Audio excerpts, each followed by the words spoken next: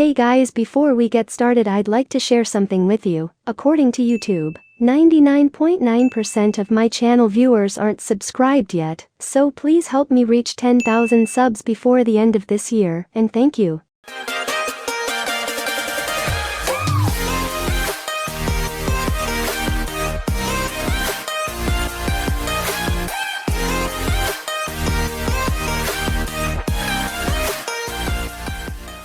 The movie opens with a voice-over by a girl, talking about how moments in your life that can define you. While it shows a montage of shots of a couple spending time together, the girl says everything in her life was simple before him, and now it's just after. Tessa wakes up from a dream and starts to pack her room to leave for college. She is joined by her mother Carol and her boyfriend Noah in the kitchen downstairs. Her mother is listing off items that she thinks that Tessa will need, while Tessa reminds her that she is going to college and not a survival camp. Noah interjects and says he can drive up there and drop anything off if she forgets it. The next scene shows them driving through various city settings until they get to her new university. Carol, Noah, and Tessa make their way through the crowded dorm halls, looking for her new room, B22. They open the door and are met by loud music and two girls sitting on the bed. Tessa introduces herself to her new roommate Steph, who is vaping. Steph introduces Tessa to Tristan. Steph makes a remark about being unsure about having a freshman roommate,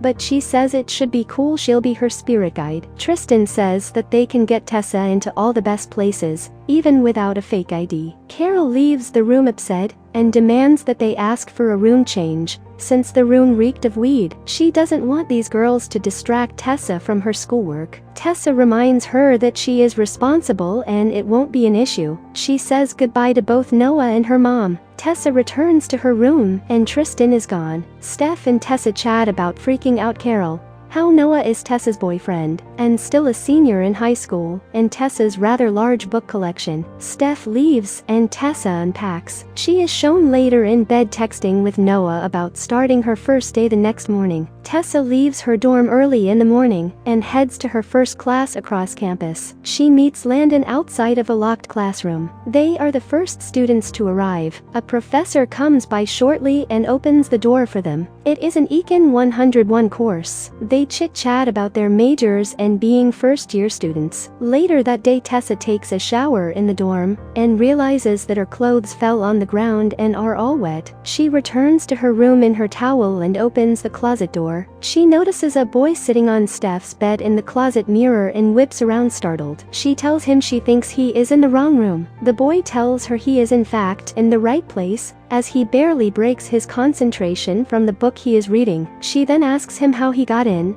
and he holds up a set of keys. She asks him to leave so that she can get dressed, but he tells her not to flatter herself, he's not even looking at her. Steph enters the room and sits down on the bed with him. Tessa asks Steph to have her boyfriend leave the room, to which Steph replies that he is not her boyfriend, and asks the boy what he had been saying to her to make her think that. The boy says he's been minding his business. Steph tells Tessa she is going out with them that night, but Tessa seems reluctant. The boy makes a snide comment about not being able to see her as the partying type. Tessa decides not to go. Steph and the boy get up to leave. Just as the boy is about to go out the door, he hands the book he was reading back to Tessa. He says that The Great Gatsby is a wonderful book, and he hates to spoil it for her, but it was all a dream. Tessa corrects him and says that actually, it was all a lie. The boy smirks at her and leaves the room. Tessa is shown the next day at a campus coffee shop studying. A trio of people walk in. They order their drinks, and Tessa makes eye contact with the boy, and he slightly smiles. They briefly stare at each other, and he turns and walks out with his friends. Tessa goes to the library to study. She is interrupted by Steph, who tells her that they are going to a party that night. Steph helps Tessa pick out her party outfit. She settles on a maroon dress. They make their way into the frat party,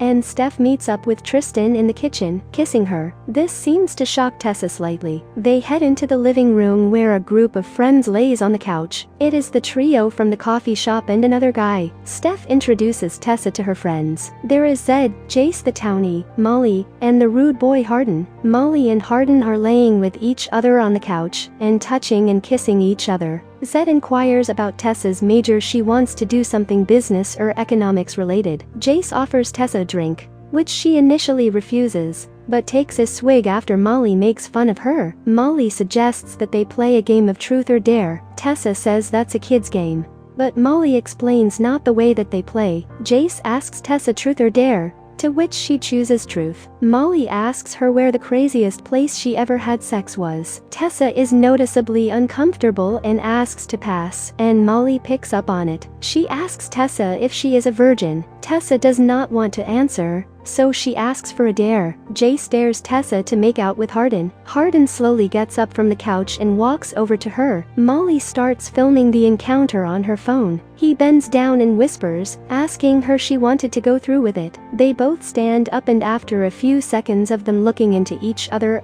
eyes, Tessa announces she's done playing the game and walks off. Hardin seems shocked by this, and the group teases Hardin about this being his first rejection. He turns to Molly with a little look of disbelief on his face, but he slowly smiles. Tessa calls Noah outside on the porch of the party, where he gets onto her about partying and drinking. She hangs up on him and heads back inside. She makes her way up the staircase and into one of the bedrooms. There is a Union Jack flag hanging on the wall and a shelf full of books. She sees a copy of Wuthering Heights with sticky notes throughout it. She opens it to one of the pages. Just as she begins to read, she is startled by Hardin, who asks her what she is doing. She asks him if he is drunk, which he says he doesn't drink, just like her. He sees that she has his copy of Wuthering Heights and recites some lines from it. He calls her Teresa and asks her if she knows it's Brunt. She corrects him and says her name is Tessa. Hardin then asks what she is doing in his room. She seems embarrassed that she is there. He grabs hold of the book, runs it up her inner thigh,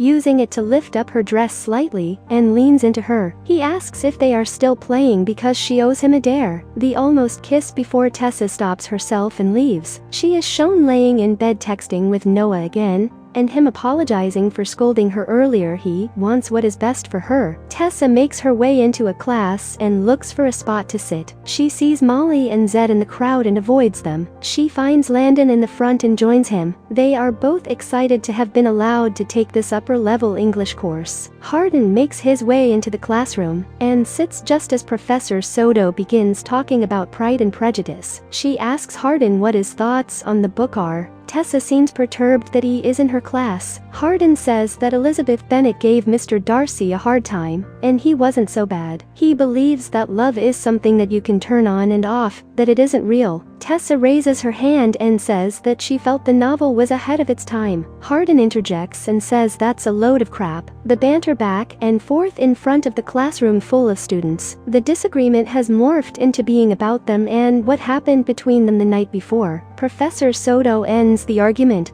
and Hardin looks pleased with himself, yet intrigued by Tessa's tenacity. Class dismisses, and Hardin follows Tessa out of the building, exclaiming how much fun that was. Tessa scolds him and says that there is nothing between them. Hardin feigns ignorance and says he was only talking about the book disagreement they just had. Hardin walks off and Landon joins her. Tessa voices her disapproval of how arrogant Hardin is. Landon says that Hardin is just being Hardin, and he knows him well. Landon's mother is dating the university chancellor, Chancellor Scott, who happens to be Hardin's dad. He says that they tolerate each other. We then see Tessa sitting at a tattoo shop while Jace inks Steph. They suggest that she gets one, but she refuses, saying her mother would kill her. She explains that her mother has her whole life planned out for, and that she probably has already planned her wedding to Noah. Steph questions whether Noah is the only boy that Tessa has been with, which he is. Tessa is later shown laying in her bed as Steph and Tristan come home and start to fool around. Tessa turns over in her bed and seems lonely.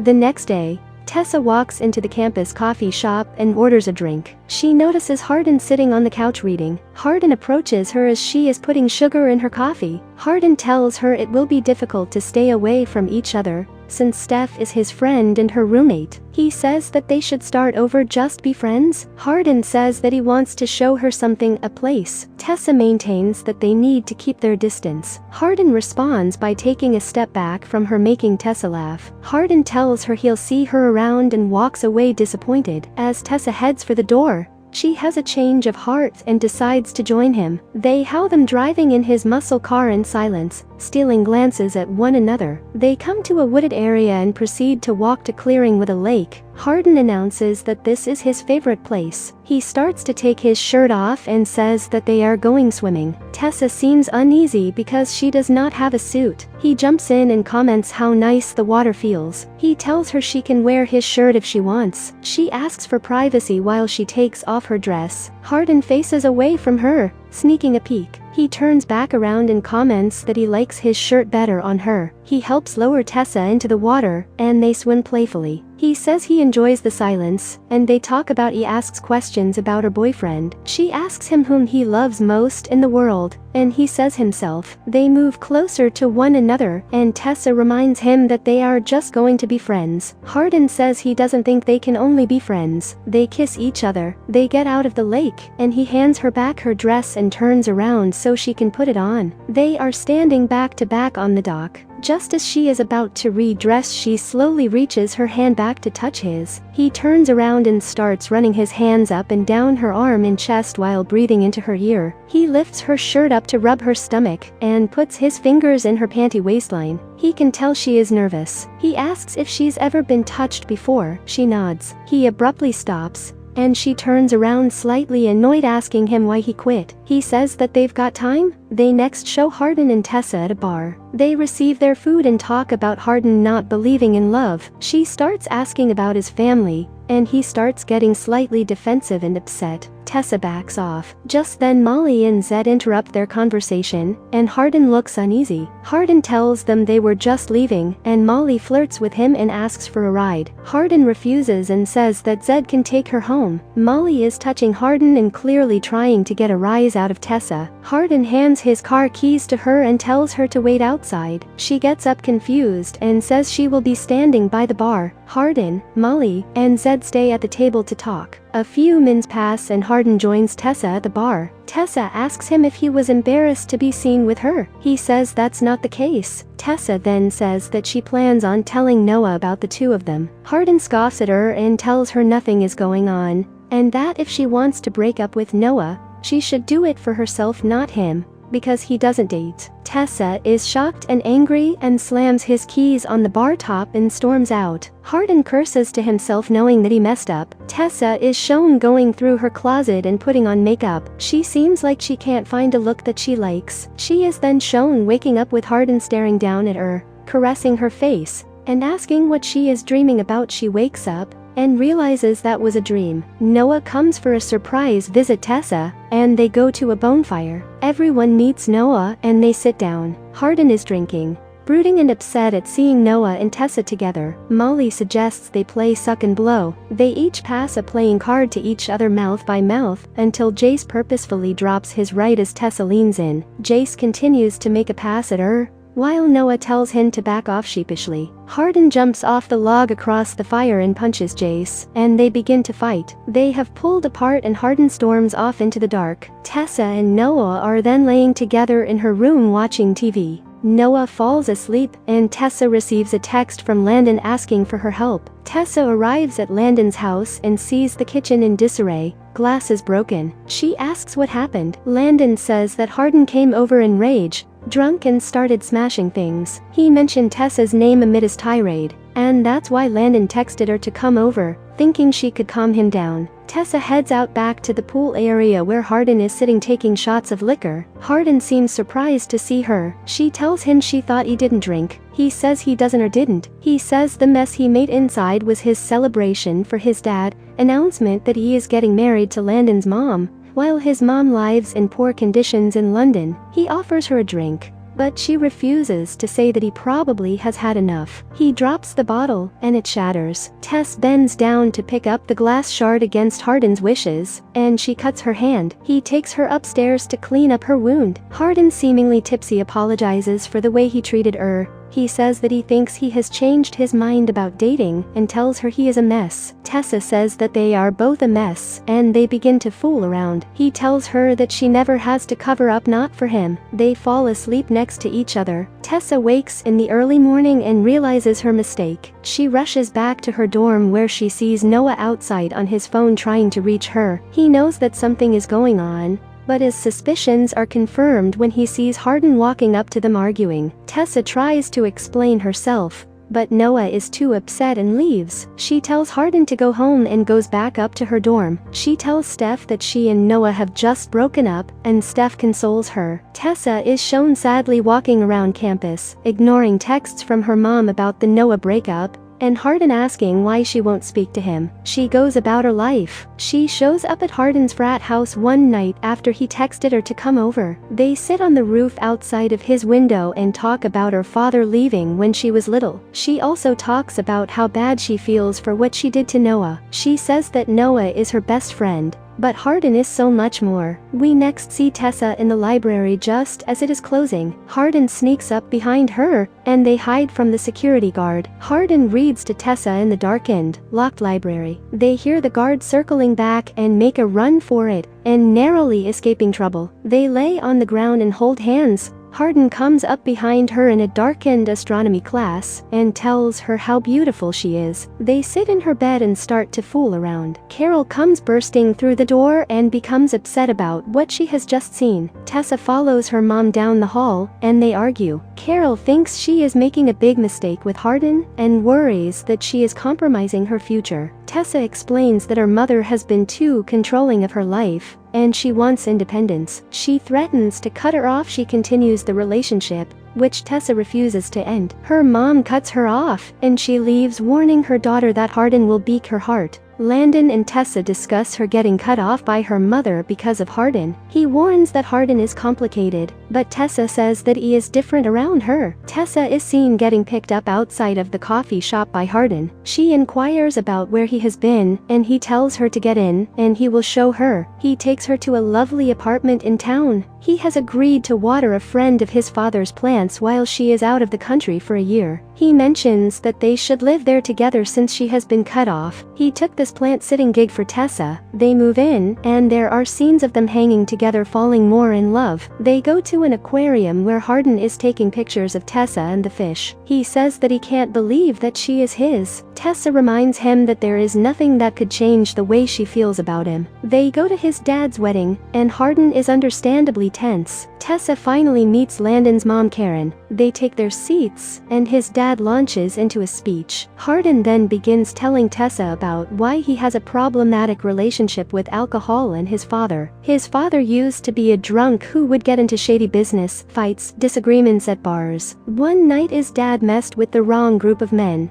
and when they came looking for him at their home, they found his mom instead. Hardin says that he tried to fight them off, but he couldn't stop them. Mr. Scott and Hardin are having a tense conversation that Tessa interrupts and asks Hardin to dance with her. They dance and kiss. They make it back to their apartment, kissing each other as they enter. Tessa tells him that she wants him now, and Hardin looks excited. They undress each other, and Hardin gets a condom. He asks her if she really wants to do this, and she says yes. They begin to have sex, and Tessa is in a little pain since she is a virgin. Hardin asks her if she wants him to stop, but she tells him to proceed. The next day they are sitting in the bath, and Hardin is drawing words on her back for her to guess. He finger traces "I love you," but she does not figure it out. He doesn't tell her what it says. Molly confronts Tessa in the bathroom after class and asks her about her boyfriend. Tessa tells her that they broke up. Molly says that it looks like she moves on quickly, and that Hardin said to her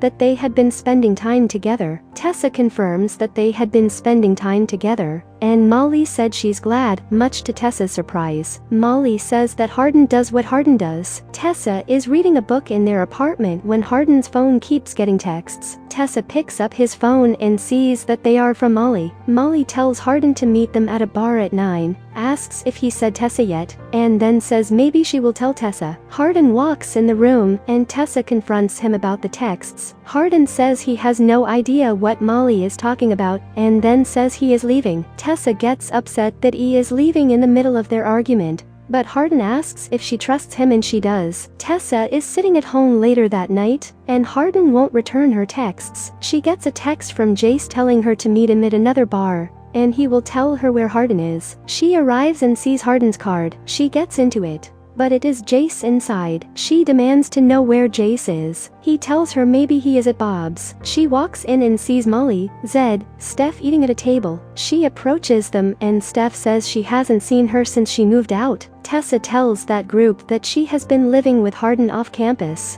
and Molly gives her a look. They all look confused about how serious their relationship is. Jace walks in with Hardin, who looks mortified and scared that Tessa is there. Jace fist bumps Molly and says he's got her back. Molly starts telling Hardin how Tessa has been giving them all the details about their relationship and how adorable they are. She asks Hardin if there's anything he wants to tell Tessa. Tessa interjects and asks him if anything is going on between him and Molly. Hardin denies this. Tessa doesn't believe him, and she says that she saw the texts. Hardin says they meant nothing to him, and he didn't even reply back. Molly asks Hardin if he thinks this thing has gone a little too far. She explains that something is going on, but it's not what she thinks. Hardin tells Molly to shut up and asks Tessa to leave with him so he can explain. Molly asks Tessa if she remembers Truth or Dare. Hardin and Zed try to stop Molly, but she pulls out her phone showing Tessa a video of the night that she rejected Hardin. After Tessa had stormed out of the room, Hardin says has a new dare that he can get Tessa to fall in love with him, and then turn it off as he snaps his fingers. Hardin starts to cry, while Molly tells her it was all a game.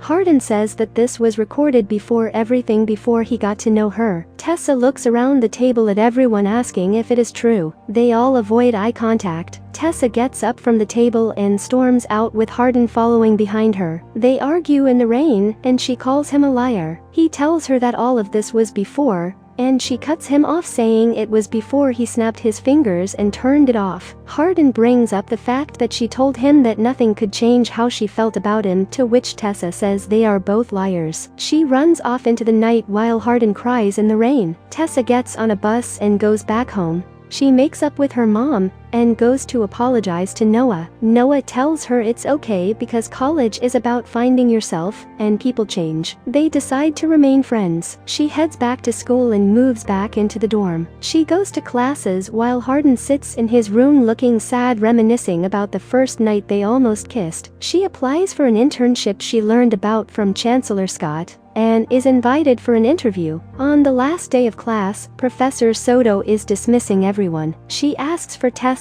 to stay behind and gives her Hardin's final project, saying that it was meant more for her. She debates with Landon whether or not she should open it. When she finally does, she sees pictures of her and the lake. She reads his essay about love and decides to go to the lake where they shared their first kiss. In a voiceover, Hardin is talking about how he has found his Elizabeth Bennet and how their souls are one and the same. He asks for forgiveness. He appears behind her and sits down next to her on the dock. The voiceover continues with Hardin saying that she had once asked him whom he loved the most in this world, and he says it's you. They look at each other,